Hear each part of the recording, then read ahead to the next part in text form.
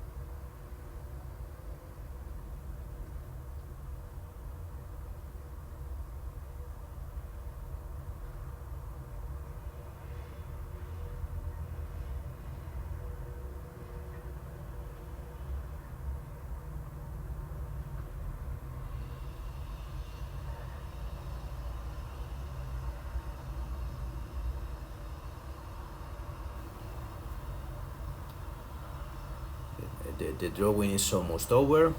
and then we will move to the painting phase, let's say. Just a few more lines here and there, but as you can see, I told you that we want to make this kind of like an evocative painting. I just want to paint it as if I'm remembering it, not as if I am trying to paint an accurate depiction of the building. So we don't really need to go too crazy with details here, okay?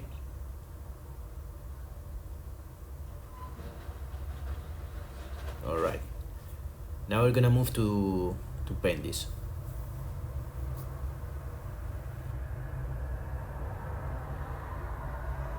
I'm not showing you the watercolor palette because I'm just gonna mix really simple colors. I'm gonna paint first the light color, which I'm gonna use for that kind of. I'm gonna make a mixture which will look like a sienna, burnt sienna, between sienna and burnt sienna mixture. Okay, so if you have a burnt sienna or a sienna, you can just mix a little bit of both, and that's it. I want to have like light yellow base, let's say, and then I will add the shading on top of that. Okay, so first we paint the light, and then we move to paint the shadows. Remember, we're gonna try to make this look like a kind of like a dreamy image. Okay, like somehow like we're remembering something we saw before. So I'm gonna work all the time. I have two brushes. With one I apply paint, and with the other I move it, or I lift it, or I wet it. Okay, it's a way to, let's say, work with soft edges, which I really like for this kind of image. Okay.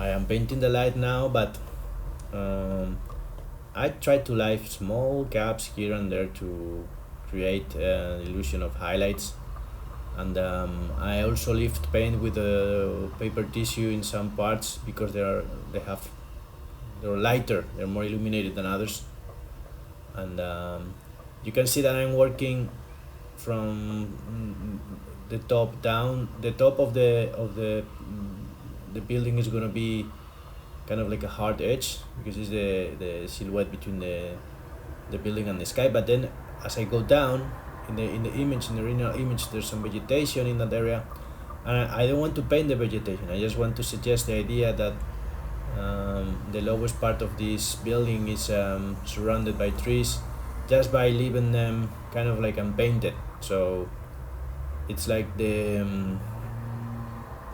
image softens as it goes down. I want to play with the white in the paper in this image as well. I like the idea that the building silhouette is also kind of creating a composition with a dialogue between it, the shape itself and the rest of the paper.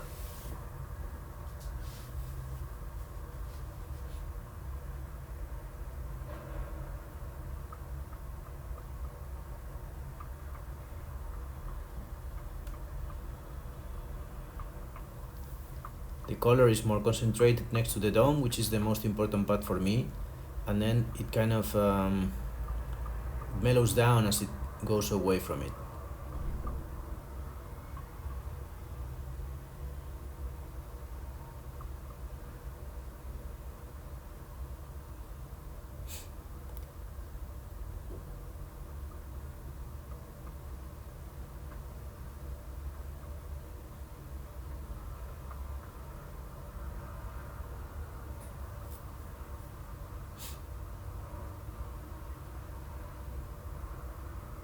Now I'm just gonna add some shadows, which could remind you of the trees that are underneath the building, and I'm treating them just like a soft shadow of what it's underneath. It's not. I don't want to paint the trees. I just want to suggest that there's something down there. Okay, so that you kind of have this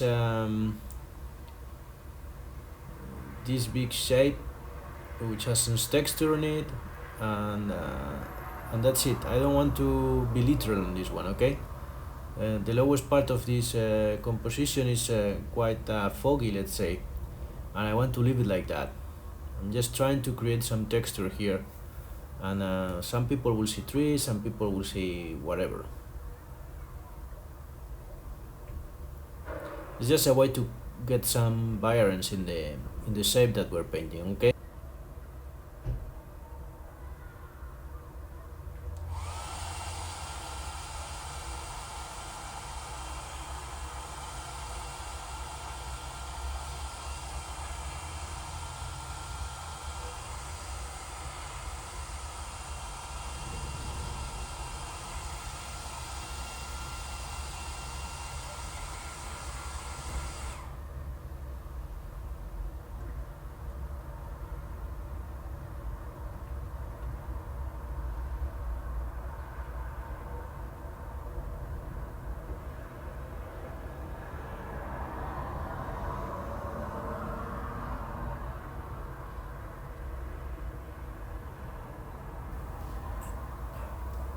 I start with the shadows now.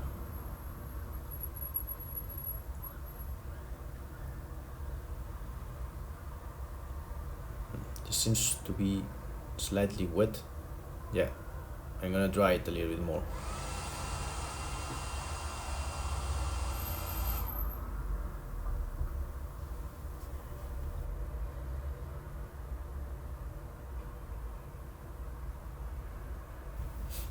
For the shadows, I'm just using a really simple mixture of cobalt blue with burnt sienna, and there's a little bit of lavender there as well.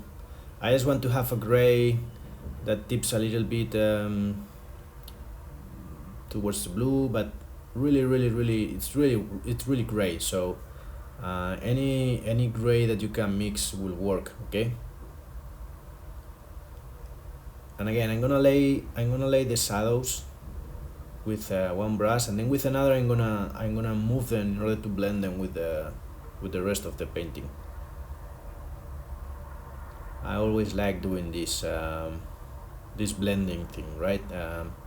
You lay some paint, has a little bit more thickness into it, and then you move it with a clean, slightly wet brush, so that you have really soft edges everywhere, or just what you need. And some I don't do it everywhere. I just have hard edges where I want and soft edges where I want. But I like the idea of using this watercolor property all the time. Watercolor is great for playing with soft and hard edges, and I like exploiting that property.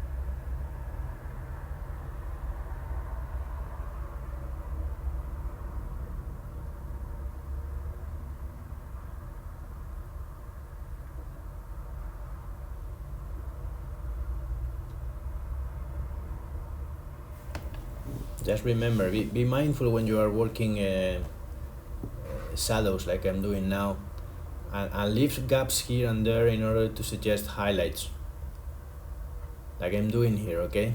Um, you have to remember that some places, even within the shadows, are not illuminated. Yeah, I mean, are illuminated. So, whenever you're painting a shadow, just be mindful of that. Be mindful of leaving highlights where they need to be, okay? And you see how just by adding the shadows, the building becomes alive. It's three-dimensional all of a sudden, right? And this is something I really like about painting in this way, that you don't need to draw lines in order to make things look three-dimensional. You just need to play well with the shadows and light in order to create the illusion of depth.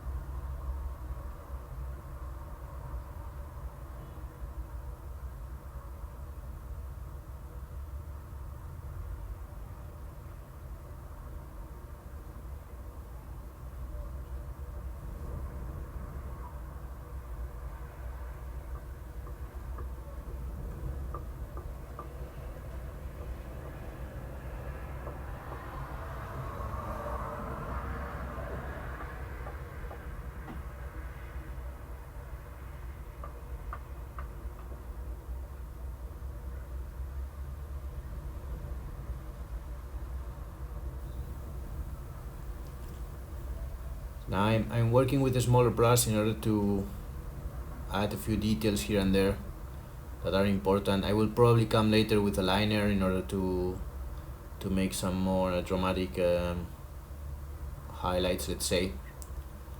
But I am working this painting. You see, it's like I'm carving some,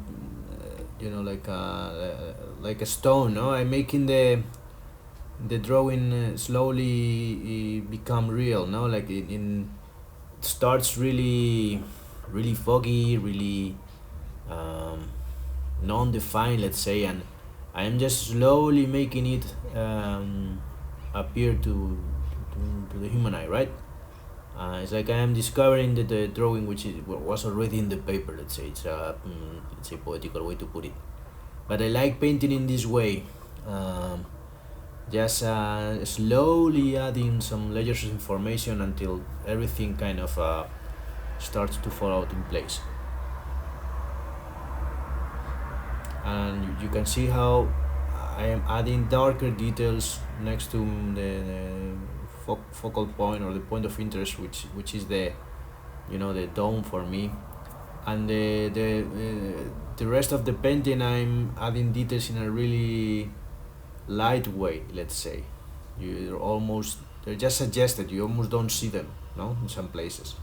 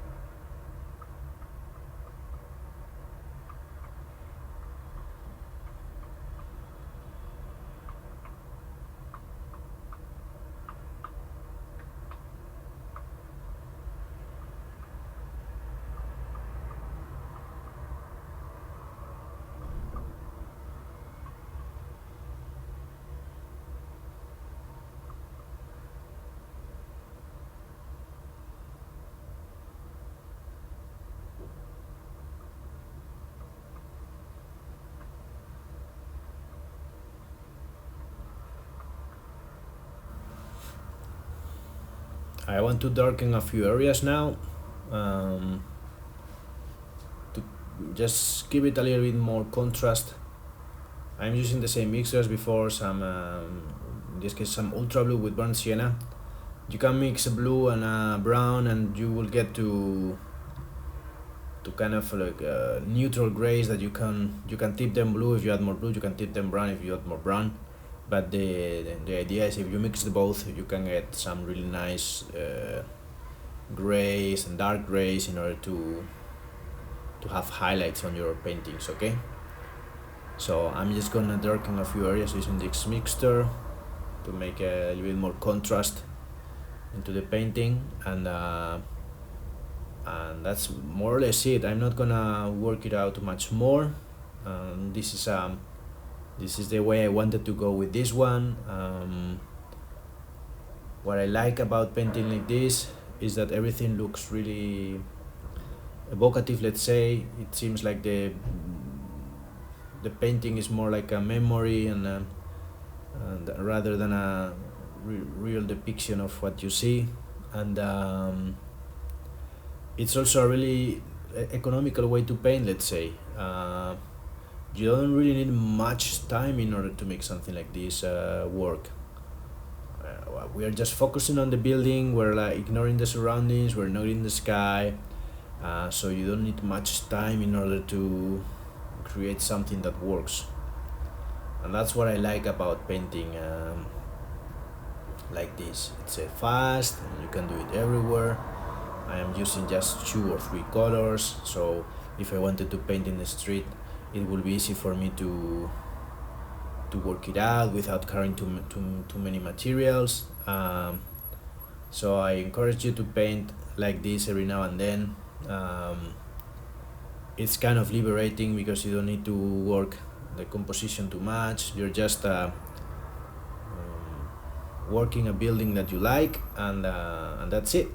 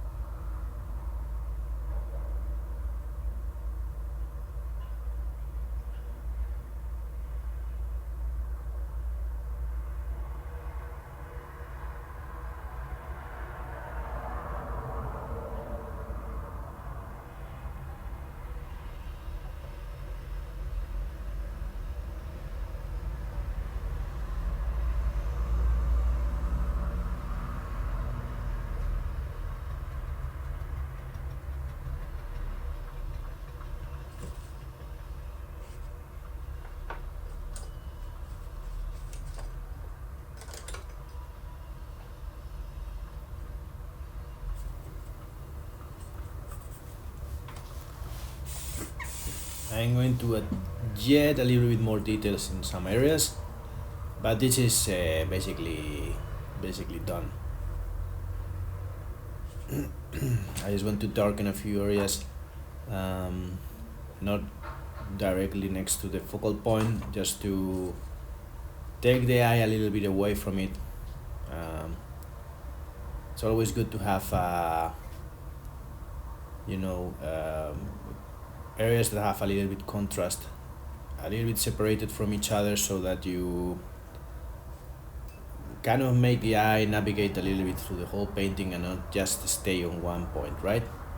So that's what I'm doing right now. I'm just darkening a few areas here, not right where the dome is, just to give a little bit more movement to the composition. Just a few touches.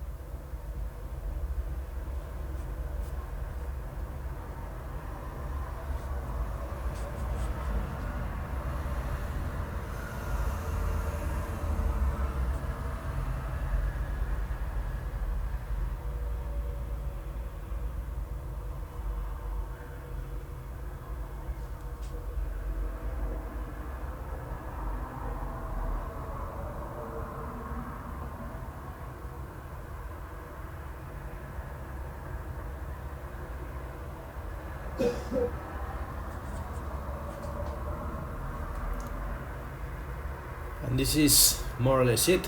um, I think this painting is finished. I'm just gonna darken a little bit here on this part of the dome, just a little bit, and that's it.